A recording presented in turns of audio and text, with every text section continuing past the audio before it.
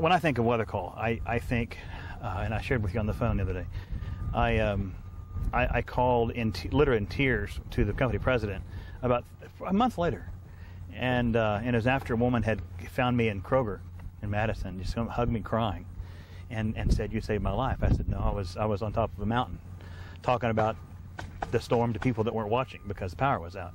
So what'd you do? And she said, "Well, we got WeatherCall." And same story, similar story. Fourth call, they're about to go home, decided not to go back to their home, stayed at their parents' house, got in their shelter, heard the tornado go by, didn't affect the parents' house, and cleaned their foundation, they said.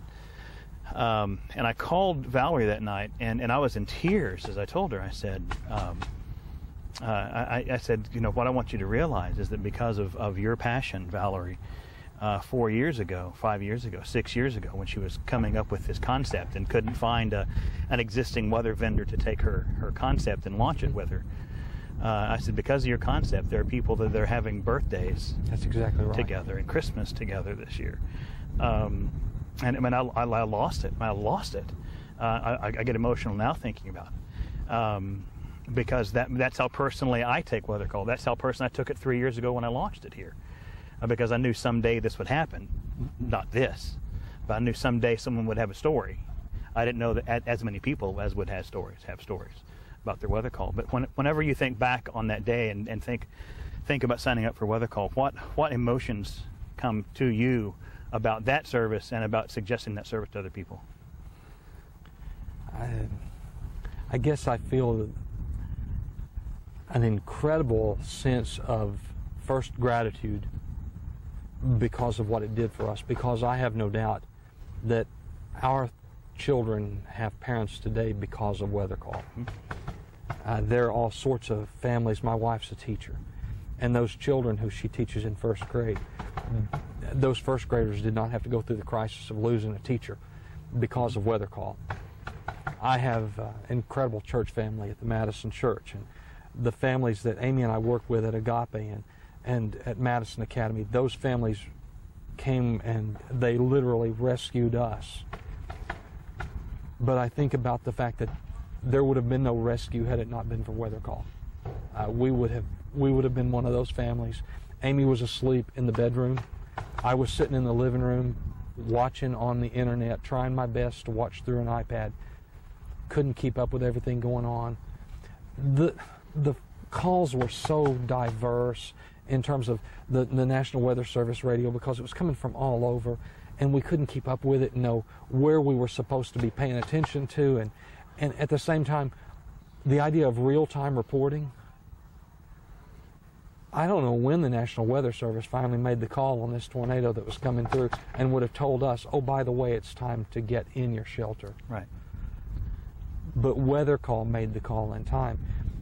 The second emotion that I have is one of incredible responsibility.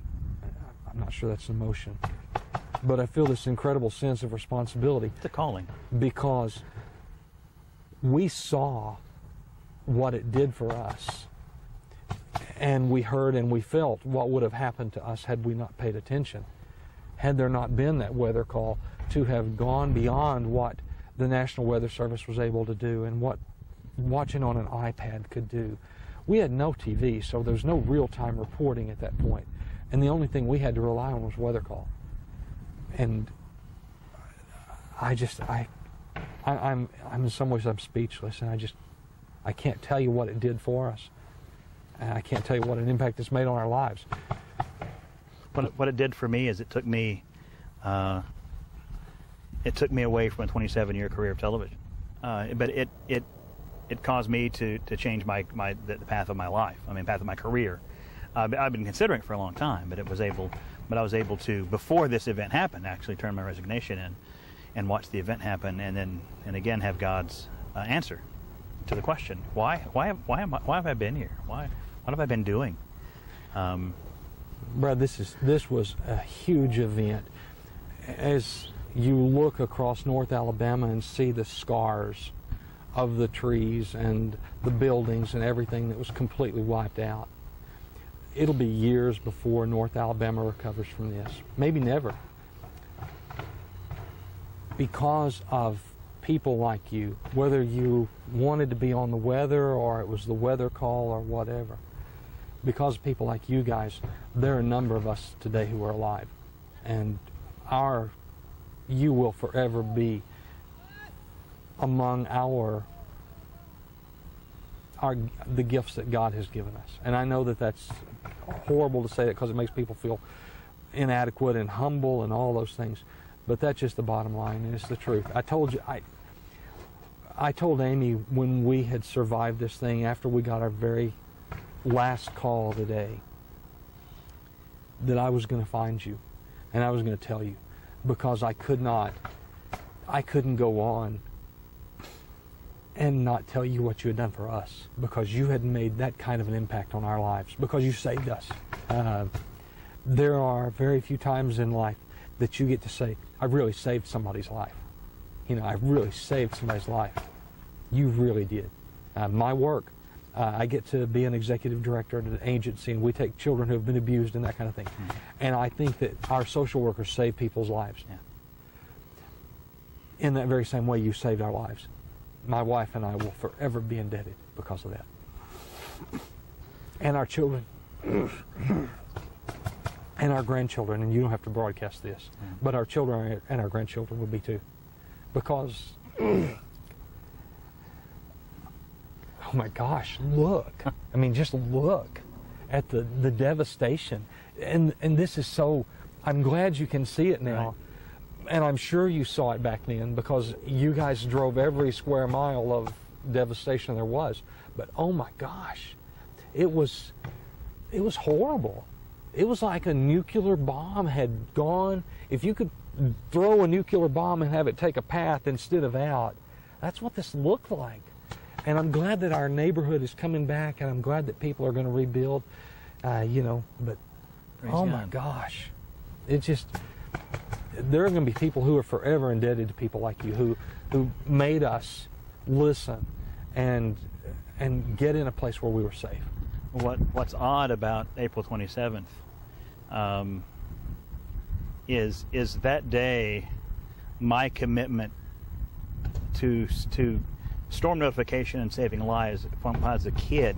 I mean, when I was 5, 6, 7 years old, that's why I did what I did, because I was scared of tornadoes. Uh-huh. That's what drove me into television, because I wanted to tell those kids who were scared, who were home, and just like I was scared, I wanted to tell them it's going to be okay. I mean, that's my passion as a kid. And that day when I know, I don't take comfort in it. It's just, I mean, you've had experiences in life when you know that God has used you as a blessing mm-hmm. to somebody else.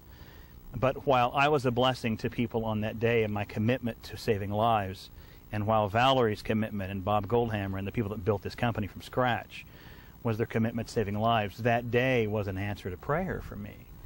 And as strange as it seems, that the most devastating tornado outbreak in North Alabama was my answer to prayer. It didn't happen because of my prayer, but God afterwards told me, okay, you've been praying to me. Why did you bring me here? This is why, Brad. And that's what's the strange dichotomy of everything to me. And that's what at times it brings me great comfort. And in some ways, it's not guilt, it's just a heaviness. Because you realize that your passion, and you just living out your passion. I mean, all I've done is live out my passion, and I've been passionate. I mean, I'm passionate about saving people's lives. It's an answer to prayer, and that's such a strange thing to say. I understand that exactly. I mean, he did. He showed you clearly what the effect could be if this thing got bigger. And I think you can just look around me and see the effect if it got smaller. Right. You know, look all over North Alabama at the people who lost family members. And I don't know why that God spared a little bitty community in this group of people. I'd like to think he answered my prayer that day and protected our neighborhood. And why he didn't spare others, why others were lost. But I can tell you, I'll forever be grateful to him, and I'll forever be grateful to you guys who helped this happen and helped us to be safe today. We've been we've been in a whirlwind, no pun intended, since this happened. I had never realized what it really meant to be in shock. That was, to me, something completely new. I'd torn up a knee, so I had physical shock at one point. But to go into an emotional shock where you nearly feel like you're going to just shut down. Yeah. You just close down and, you forget weeks. How many people work for Agape? At Agape, we have 11. We have 11 social workers and other staff members. That's what I'm going to do. I want you to get me their names. I'm going to have them sign up for WeatherCall for free forever. They're going to get WeatherCall for life. I want to make sure you guys have WeatherCall for life. Your kids are going to get WeatherCall for life. Now it's time to quit filming. There's a system called WeatherCall Enterprise. WeatherCall Enterprise is made for businesses. I'm going to set up a